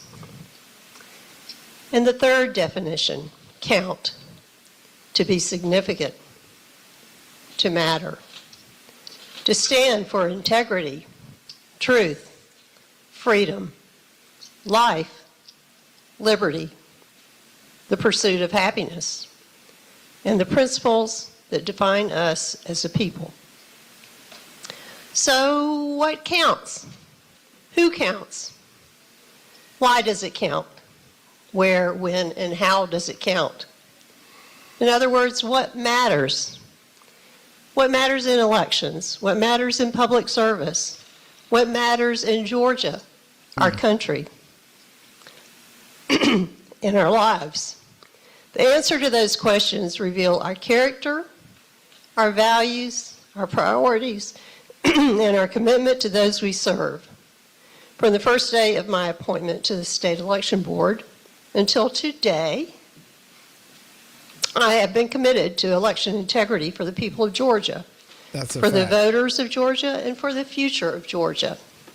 Serving on this board in the years following one of the most scrutinized and debated elections in our state's history was both challenging and meaningful. Questions raised by citizens deserved attention, and the concerns expressed by the voters deserved to be heard. A former board member told the New Yorker, "We're supposed to be a quiet group of lawyers making sure the trains run on time." The board did not know that the train had run off the track. If the board did not take measure of the 2020 election and learn from the experience, it would lose the opportunity to correct, to improve, and prevent a repeat of the same mistakes. What the 2020 election really did was to awaken the whole country to question our elections and how they're conducted. And that is good. And that is needed. I've always believed that examining our processes, learning from experience, and pursuing continual improvement strengthens our elections and strengthens public confidence. Over the past 4 years, I've remained steadfast in my conviction that election integrity is not a destination, but an ongoing responsibility. Regardless of where we stand on specific policies, every Georgian deserves elections that are secure, transparent, accurate, and worthy of public trust. When I look back at remarks I shared with this board 4 years ago, I realized something remarkable. My core beliefs have not changed. If anything, my commitment to these principles has only grown stronger. My priorities regarding election policy remain accurate and current voter rolls, excuse-only absentee voting, zealous protection of vulnerable voters, shortened number of voting days, photo identification and signature match, U.S. citizen-only voting, hand-marked paper ballots, no more electric voting systems, handwritten numbered list of voters, end of all voting when the polls close on election day, and transparency in all aspects of elections. But today, I want to leave you with a different list, not election priorities, but life priorities. 10 things that count, 10 things that matter.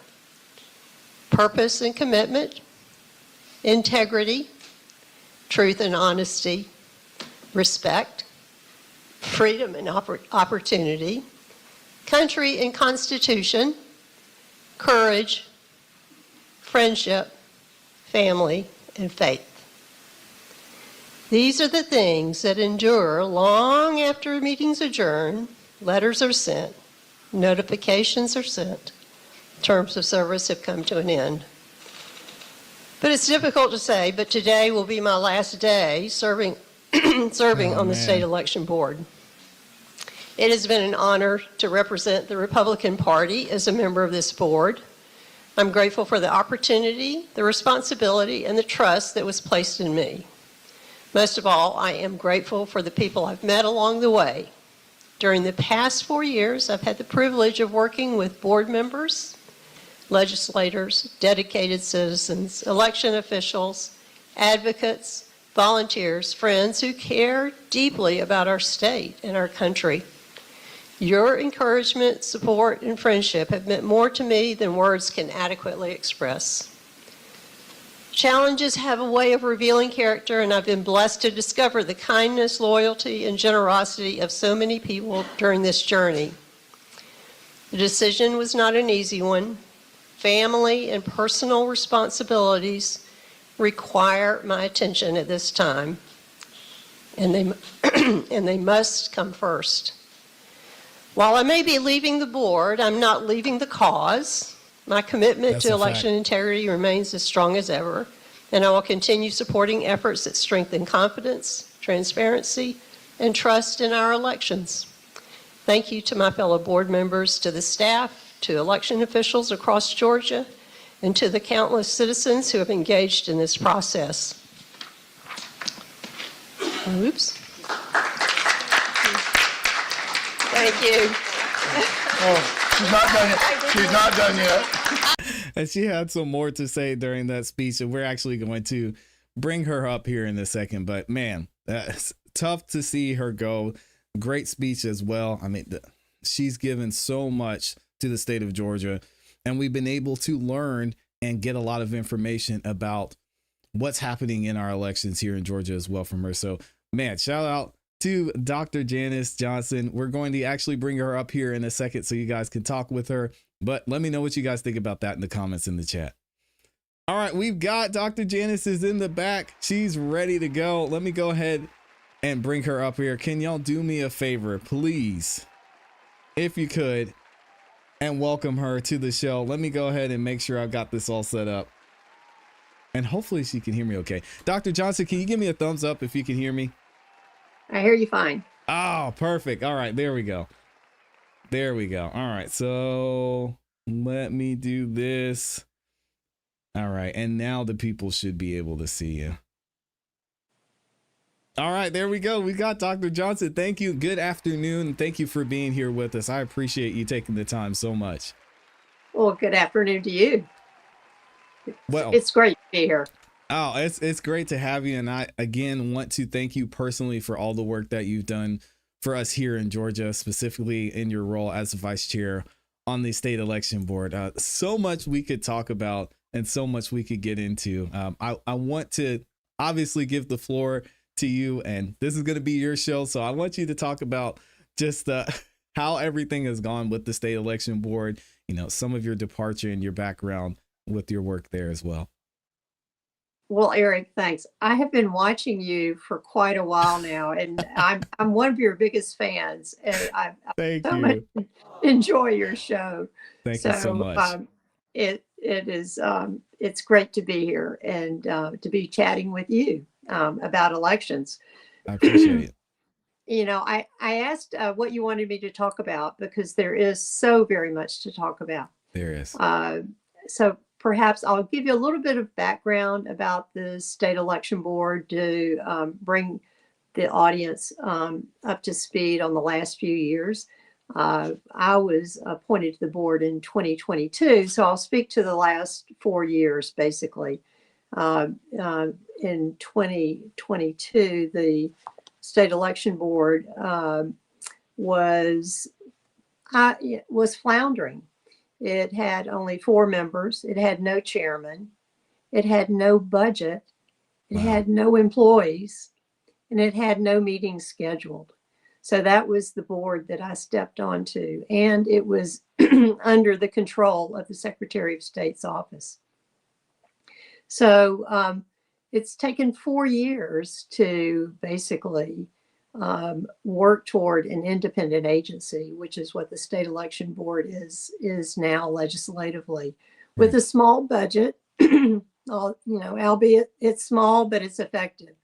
We have an executive director. We have 2 assistants, administrative assistants. We have an open records officer, and we have 2 investigators. So the board has really made great strides in the last 4 years, and that's a good thing to see. And it makes me feel better about my need to resign from the board. But as you know, the board is tasked with investigating election law violations or allegations of election law violations. And it's also tasked with keeping the General Assembly, the legislators, informed with election issues that we think are important to address, and with making rules to help clarify the election laws that the General Assembly or the legislators have passed. So that's sort of it in a nutshell, kind of a sum up of 4.5 years. Oh, absolutely. And there's so much that went on during those 4.5 years as well, which I'd love to get into. A point that you brought up specifically about the state election board becoming an independent entity. I mean, that transition and the fight that you had to go through to even get to that point. I can imagine there's so much that we don't know that happened behind the scenes. So I'd love to hear your thoughts on that transition into the state election board now being what it is today. Right. And a transition it was. The changes really started to occur after the 2020 election. And before the 2020 election, the state election board was really sort of a sleepy little arm of under the umbrella of the Secretary of State, with the Secretary of State taking the place as the chairman of the state election board. And I would say in my look back over the years of pre-2020, the state election board didn't look too hard and didn't find too much as far as issues with elections. But that I think everybody was happy with that. And they kind of rocked along quietly. As one former board member said, he said, this is supposed to be a quiet little board of lawyers that make sure the train stays on the tracks. And as I said in my words on last Thursday, is he didn't know that the train had run off the tracks. That's right. But when I came onto the board in 2022, the SB 202 legislation had passed, that big election integrity law set of statutes. And the Secretary of State had been removed as the chair of the state election board. And he was placed in an ex officio position. So he was on the board, but he did not vote. Well, actually, he did not vote, nor did he attend. In my 4.5 years on the state election board, the Secretary of State never attended an election board meeting. Wow. And then in the next legislative session, or the next one after that, the Secretary of State was actually removed completely from the board. So it was the next step toward complete independence, with just the Secretary of State's involvement with the state election board to provide some administrative support. So I'll have to say the sense that I had when I walked into this board position was that I was like I was walking into a contentious divorce. There were and 2 very unhappy partners, the Secretary of State and the state election board, and I felt like the child that was in a custody battle. And I think it was hard. I think it was very hard for the Secretary of State to have been demoted. He has, I would be embarrassed myself. And so I think we've spent 4 years dealing with his unhappiness with the legislators for doing that. And it created constant tension. I think when the next Secretary of State gets elected, I think there will be an opportunity, and certainly my optimistic expectation that the State Election Board and the Secretary of State will mend the maybe the some of the disagreements they've had and work well together. They certainly should have the same goal, which is, fair and free elections, honest elections, trusted elections, and transparent elections, legal elections.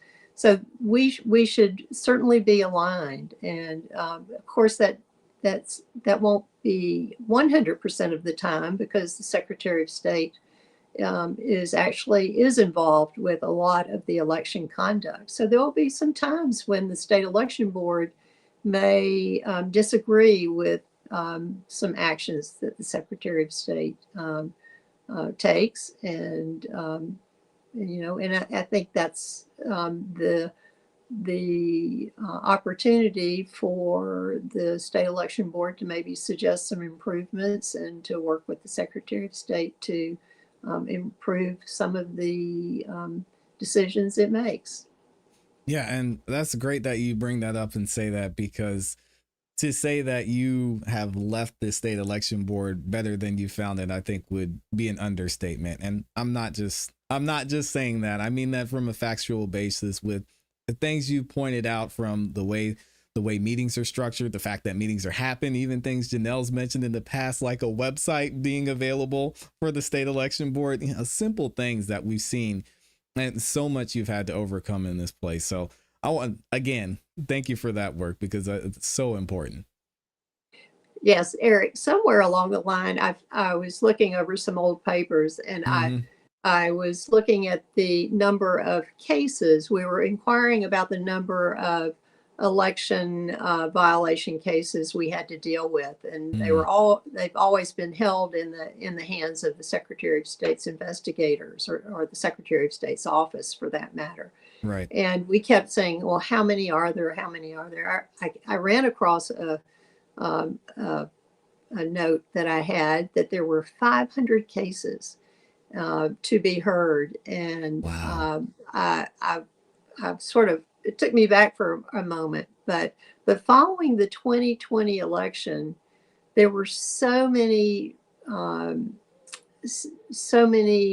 allegations and claims and complaints about the election, and it took a year or two for those to start coming in. Right. Following 2020. So we started seeing large numbers, and so I'm not surprised that it was 500. Well, now we have worked so very hard at hearing those cases. Many were investigated many years ago, quite a number, 3, 4, 5 years ago, but were not brought.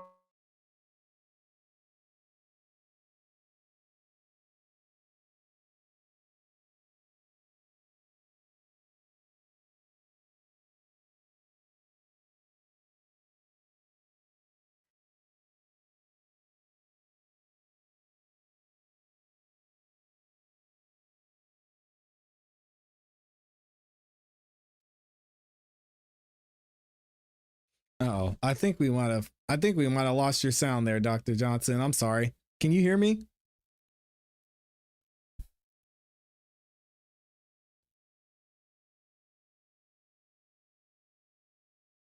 Let me see.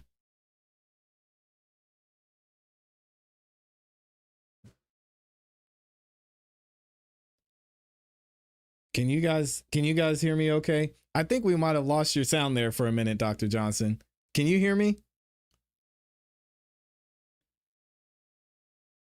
Yeah, you guys, yeah, they're saying I can't hear you either.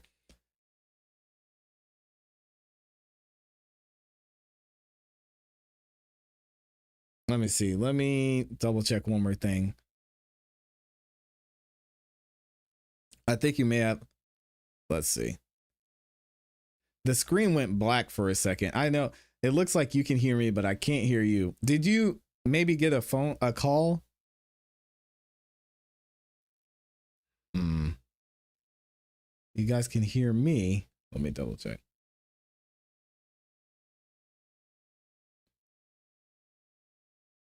No, still can't hear you. Just bear with us a second, guys. We got some technical difficulties. We'll figure it out. Let me see here. Mute it this way. Okay. And you can hear me okay?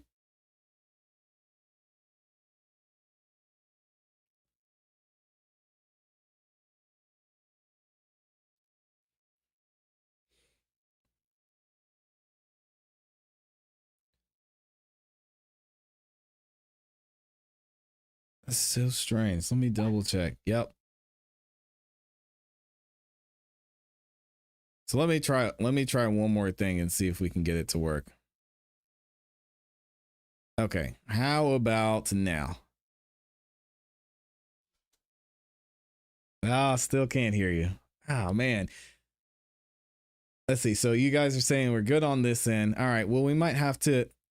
Dr. Johnston, is it possible for you maybe to exit out of the studio and enter back in? If you could just re-click the link, that might reset everything.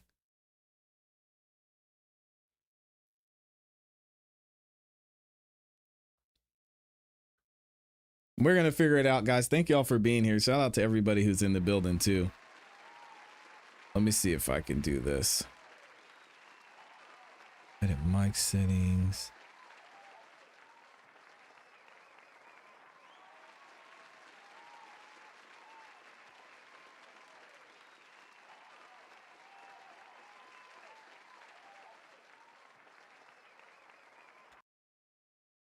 All right, we might have to try it this way.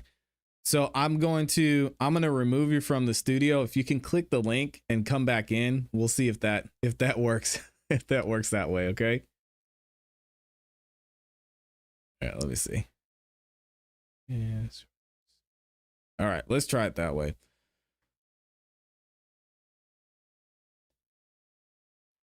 All right, let's see. Sorry about that, guys. We're going to try and get her back up here.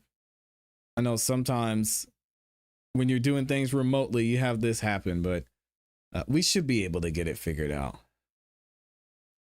Let me see if I can message her. Good. And it was just getting good too.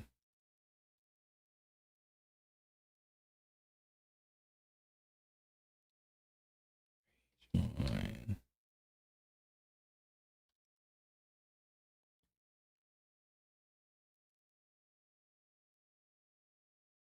And we'll see if we can get her back up here.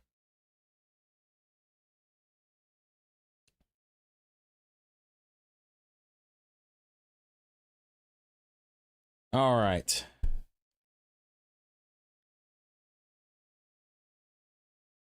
Let me actually let me play the rest of this while we're waiting for her to get back up here and see if we can get this figured out. I only have 5 more pages. You and Sally Grubbs. Thank you for your service, your dedication, your willingness to participate in the work of self-government. May we never stop striving to make our elections better, our communities stronger, and our state a place where every citizen can have confidence that their voice matters and their voice counts. Thank you. God bless you. God bless the great state of Georgia and the United States of America.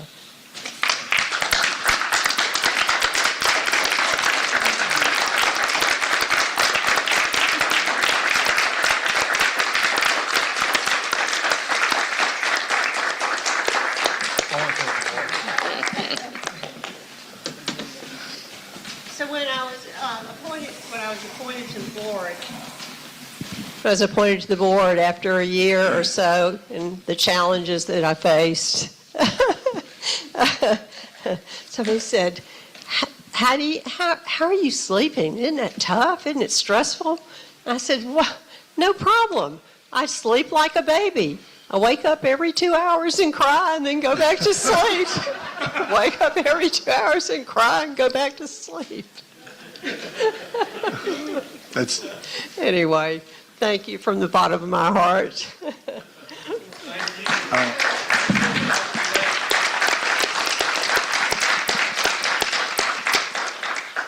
Dr. Johnson, I want to thank you for your service to the state of Georgia.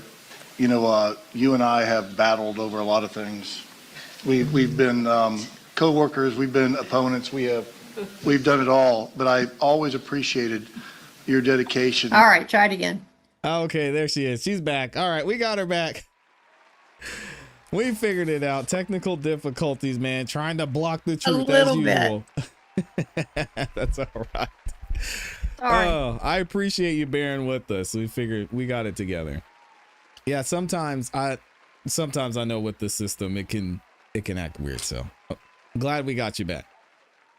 Okay. But we were talking about a lot of the struggles that you had to go through in the cases that you covered while you were on the state election board, and I specifically wanted to ask you about 2020 and you coming into or joining the state election board in 2022.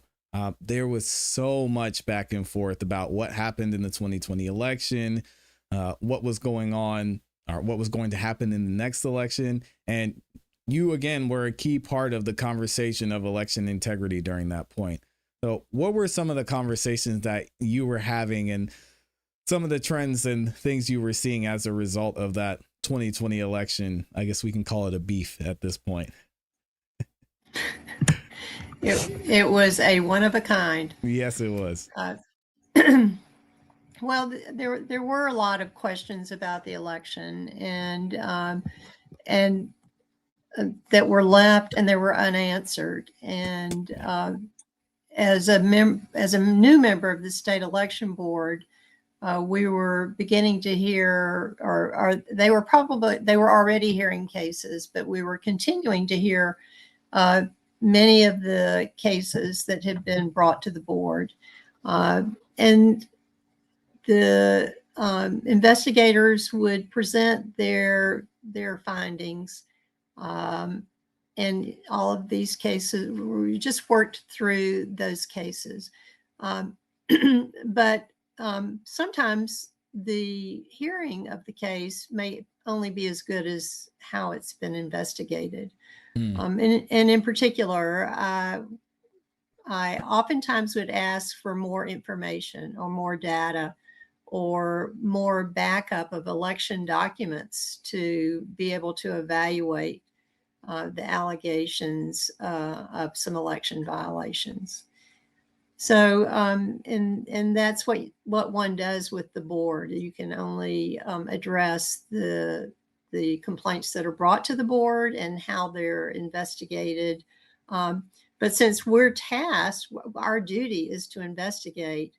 I really wanted to know, I really wanted the backup for what the investigators were finding, and and also the backup, see the documents that pertain to particular allegations.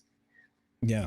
And it's funny because as we went down this journey and as we're going through this journey of election integrity, you were the first one I heard out of anyone in office in Georgia say, thank God the Department of Justice stepped in. I'm so glad that they're here. And that, again, was such an amazing point to see, because there's so much that goes to why you made that statement, not only with your fight on the state election board behind getting the answers that you needed or even open records requests fulfilled, but just for finally be able to have the backing of showing some evidence of what a lot of us knew was happening, specifically in 2020. Well, it was an interesting conclusion, in a sense, to years of asking questions and trying to get answers. And my my stance from the very beginning and until the last day I was on the board last Thursday is that I just wanted to find the answers. I care about the conduct of the election and the trustworthiness of the election, and it brought to bear the questions of a case that never has really been fully investigated. It's actually still under investigation, and that was the question of Fulton County and the conduct of some particular questions that were raised about their conduct of the election in 2020. And the board has not been able to obtain the documents, the election documents that were repeatedly told to the board that they had preserved. And it's those very documents that would prove an allegation as true or false. It's not a matter of anything preconceived, but it was just a matter of you have to have paper documents. You have to have some documentation of what took place to verify that it actually was true and correct and accurate. The quest to get the documents has led to a year plus long battle in the court to even obtain the documents. And we have not been satisfied. We, the board, I'm a former member now, but was not satisfied. We found no joy. We did not get the documents. They were either could not, would not, or refused to provide the documents. So the board finally at that point, even following subpoena and fighting it in court, and the court and the judge in the court said, "Oh, yes, you can have the documents, but it will cost you $400,000." Jeez. Then what is a board with a very meager budget to do but to again ask the help of the Secretary of State, which we did not receive help from, ask the Attorney General, which we did not. Were not successful in their assistance. So we turned to the Department of Justice, and they took notice. I will say. Yeah, absolutely. And even we're hearing more information come out as the raid happened recently, seeing that a lot of what we suspected is taking place. And now we're starting to look into election officials. And the thing that's been frustrating for me, I'd love to hear your thoughts on this, is the rhetoric surrounding a lot of what's happened when it comes to the 2020 election, specifically by the opposition having a mindset of, oh, this is a threat to democracy. Oh, the elections are fine. There's no issues. We've heard senators say that we need to stop looking into this and let it go. I mean, where are you seeing most of this pushback is coming from, especially as you've been right in the thick of what's been happening? Well, the point I would like to make is that this is maybe the most significant contested election in Georgia history, and there are so many questions that are unanswered that need to be answered. And if we don't learn from this election, perhaps what went wrong, if something went wrong, what occurred, then we're subjecting ourselves to having a repeat of it. Right. Either in the next big election or a few more years. So when people say don't look back, the problem is it took four plus years to even understand some of the questions that needed to be answered, and to attempt to get the documents to investigate. And after 4.5 years, if you can't get the documents, I don't think it makes sense to say, oh, well, don't even look. That's not logical. The imperative is to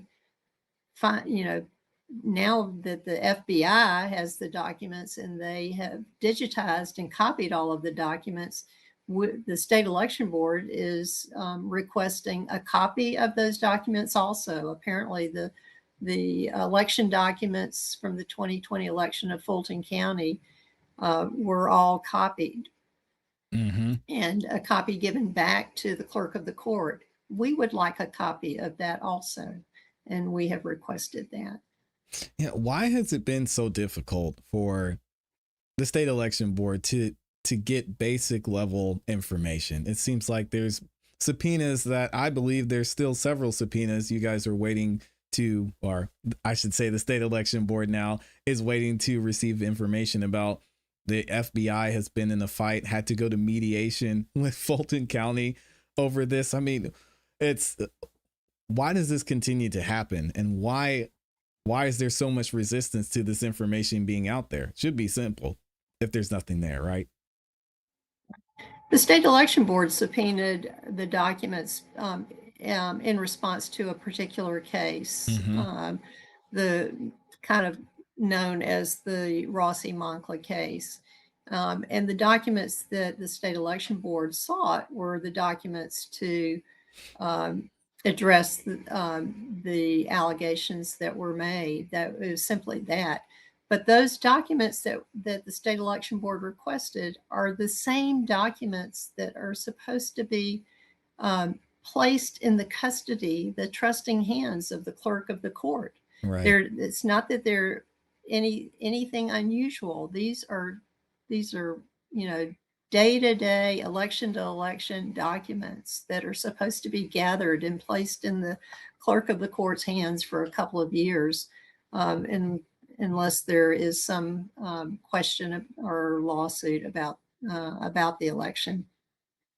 So it's not complicated. And just to give you an example, just to simplify it for your audience, there's some basic things about an election. You need to know who is eligible to vote. Right. Who's eligible to vote? Number one, that's who's on the team, basically, who's on the roster. And to use a baseball analogy, and that needs to be a set, like a screenshot of the eligible voters for that election, that particular election. The next thing you need is who voted. It's like who played in the game. Okay, so you have your roster and you had the players that were on the field, and that's called the numbered list of voters.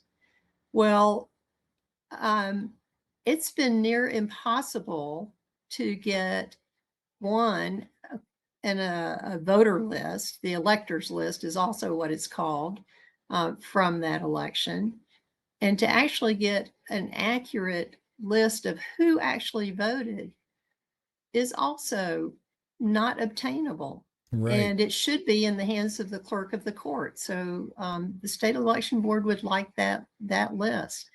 And then the next piece of the election puzzle is how many ballots were cast. Simply how many ballots were cast. Well, as the world knows now, the ballots were counted 3 times. Yes, and all different numbers each time. And they came up with 3 different numbers, and mixed in those numbers are ballots that were double counted, thousands.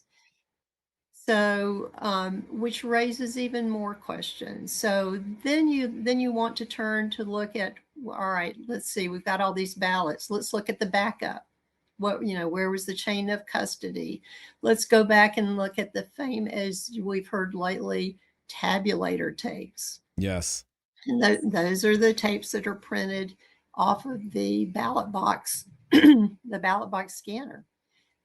Those are documents that also should be in the hands of the clerk of the court. And so the state election board would like to make sure to have those documents, those tabulator tapes, and know how many ballots were cast into that ballot box. Yes. I've said many, many times, it does not matter to me who won the election. What matters to me is that the election was conducted fairly and accurately, and can be verified with the documents. Not an estimate. I don't want an estimate of how many ballots were cast. Right. I want to know exactly, and legally cast, of course. So that was the premise for the subpoena from the state election board. And when we were unsuccessful in obtaining those documents, we asked for the ballots. So we also issued a subpoena asking for the ballots themselves. Right. And then, as you know, one thing led to another, and the Department of Justice requested similar documents, and then there was a removal of the documents from the Fulton County, from the clerk of the court, right, at Fulton County.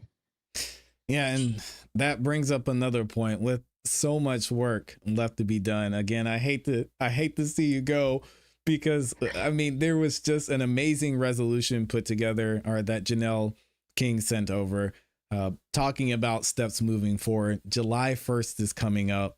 And there's just so much that is happening so fast. And I'd love to hear your thoughts on just the landscape of what we're looking at, even from a regulatory standpoint, when it comes to voting here in Georgia.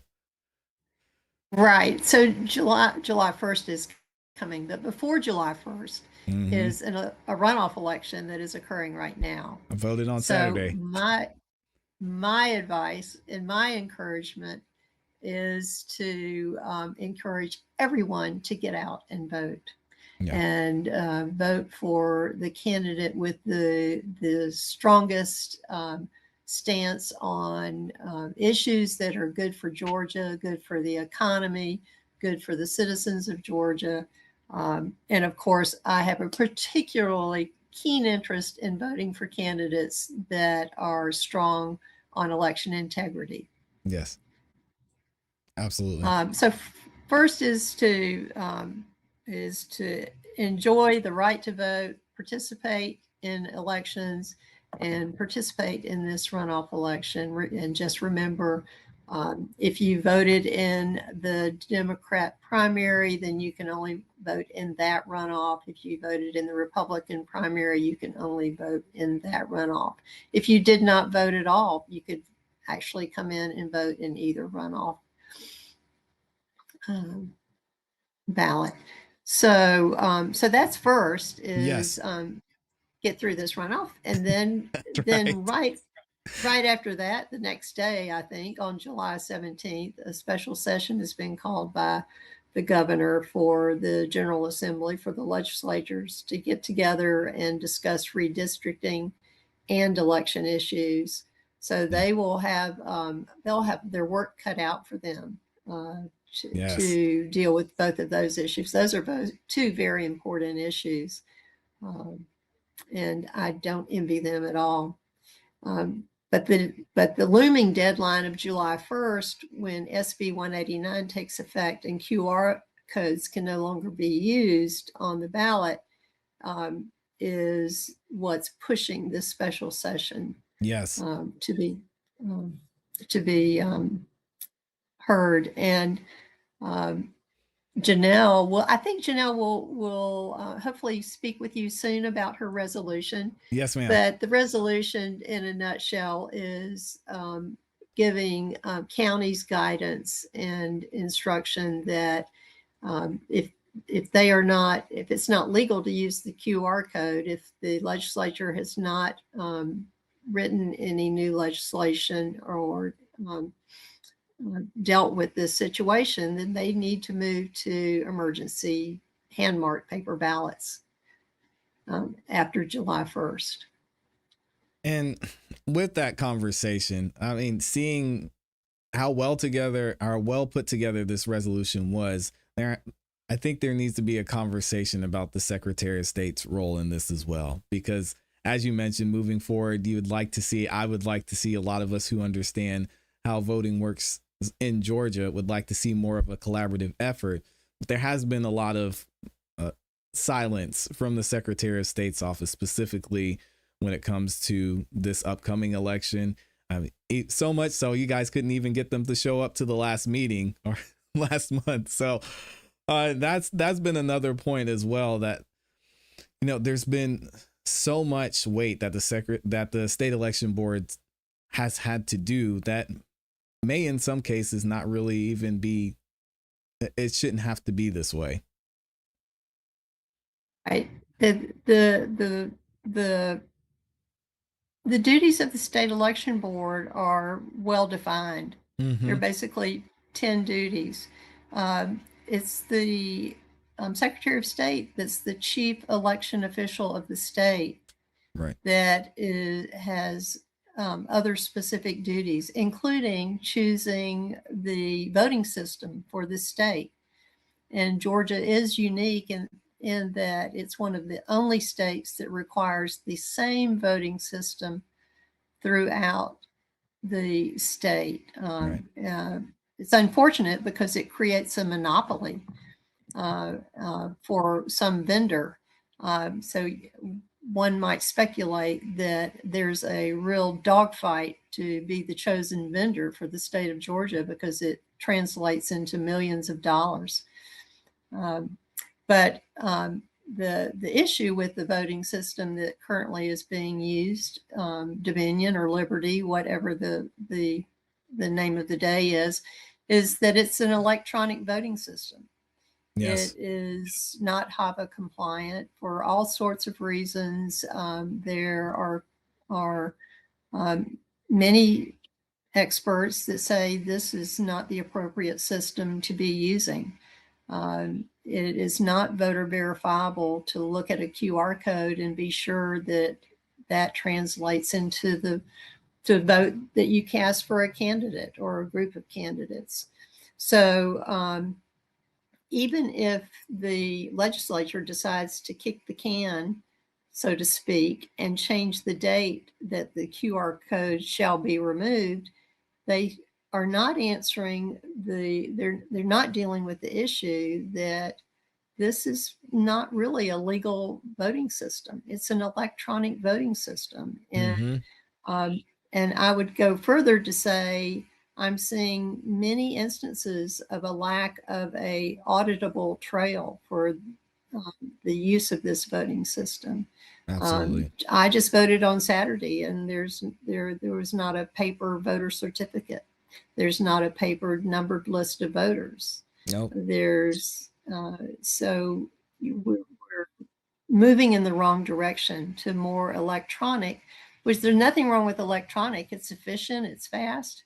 Right. But if it breaks down, it's a problem. If you lose a file or many files or thousands of votes on a file, that's a problem. Yeah. And there's the whole other issue of the cybersecurity issue, the hacking issue, the transparency issue of electronic voting systems. So with this special session coming up, let's just say that you get an invite and they say, Dr. Johnston, come on up. We want your list. What exactly do you want to see happen during this special session? I'd love to hear your thoughts on what you think needs to happen moving forward, just for the sake of election integrity. Well, Eric, that's interesting. So here we are. We've been talking and angsting and wringing our hands over this Dominion system and hand-marked paper ballots versus a QR code type ballot summary. And although it is very, very important, there are other important aspects of elections also. But one, I would say the best, if I were the queen of elections, I would say I would move smartly to hand-marked paper ballots with an optical scan, followed by traditional audit, a real audit, not a pretend audit. And that's not to say that this is a perfect, way to conduct an election, but it's the best way to conduct an election. All the other choices are undesirable. So hand marked paper ballot with an optical scan followed by an audit to prove that the tabulation was correct. The number one election issue in my book are the voter rolls. Voter rolls absolutely must be current and accurate. Yes. They absolutely must be. And that's what you start your election with. So if you don't know who is legally eligible to vote, then you're starting out handicapped already. So voter rolls is a big issue. My number two concern are absentee by mail voting or absentee by mail ballots or absentee by mail voting. That is the highest risk way to conduct an election, and it's an invitation for fraud. It's been written about, it's been discussed, it's been investigated, it has been proven, and there's no question about it. We always sort of get coaxed into allowing absentee by mail voting because we always say, oh, what about the people that can't be there, or the elderly, or the handicapped? There are certainly reasons and exceptions to have absentee by mail voting, but it should be the exception. But every other voter that is able should go vote in person. They should enjoy that right and enjoy it with their fellow neighbors, their people that live with them, near them in their precinct, and enjoy that day and participating in our elected government. So to someone on the opposition who says, oh, this is just going to be so difficult, we're going to have to retrain all these election officials, they're not going to know what to do, it's going to take we're going to have more issues, there's going to be more error. What do you say to the opposition who says things are just fine the way that they are? Georgia, we have the most expensive, most complex, most complicated election voting system in the country. And it is so difficult to maintain and to put together and to use to conduct the election. It's unworkable. There are so many points in the whole voting system using this Liberty Dominion system for breakdown or loss of chain of custody. There's so much paperwork. It's a burden, and for election workers who are really part-time workers and don't do this every day, to walk into an election having to use the Dominion system with all the devices that are involved and the connections that are required and the printers that have to be set up and the connections made and the voter cards assembled and the poll pads put together. They're so distracted, they lose sight of what the basics of the election are. Who's eligible to vote, who actually came in to vote, how many ballots are cast, and then finally totaling the vote. So they're too busy plugging and unplugging and troubleshooting and reprogramming and looking into the poll pads and wondering why they're not working and having to call the office and then getting the compliance officer out or the technical person out. That everyone forgets that, well, wait a minute, are the ballots protected? Right. do we have did we keep a list of who came in, or did we lose, a list, a file of 100 voters that came in and we forgot to check them in really? So I wanted to ask one more quick question because I know we're getting close on time. I actually missed this and didn't get to review this part of the meeting. Last Wednesday, there was a presentation on Ellie, and someone asked about Ellie in the chat. I'd love to get your thoughts on just Ellie as a system and that potentially being something that's implemented moving forward. right. Yes, we had a presentation by Dr. Rick Richards of a new voter list tool that he apparently has been working on for several years. And he gave a great presentation, and the tool is quite powerful. It uses only publicly available databases, public information. He has all 50 states enrolled from their voter rolls. So all 50 states actually could participate. And it's just a tool for election, for registrars to use to augment their ability to make sure that their voter rolls are accurate and current. Citizens can also apparently use this tool, and he was very careful to say this is not the definitive decision that a registrar would make. It's just it gives the registrar probably 90% of the information they might need. But of course, the election registrar, the office registrar, must do their due diligence and do their part of the work to confirm that the information is correct and accurate before they would make any voter roll changes. Oh, interesting. Okay. So it seems like that's something that's essentially the point that they're registered, just keeping track of where they are in the process. Right. Yeah. It seems very, very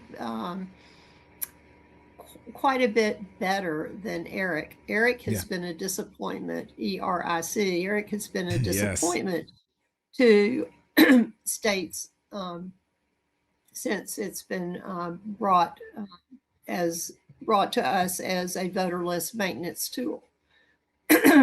And this seems to be a superior method, and I'm sure David Becker is not happy about this. Yeah, that's definitely something we got to talk about on the next one, because again, as I mentioned before, there's so much that we could get into.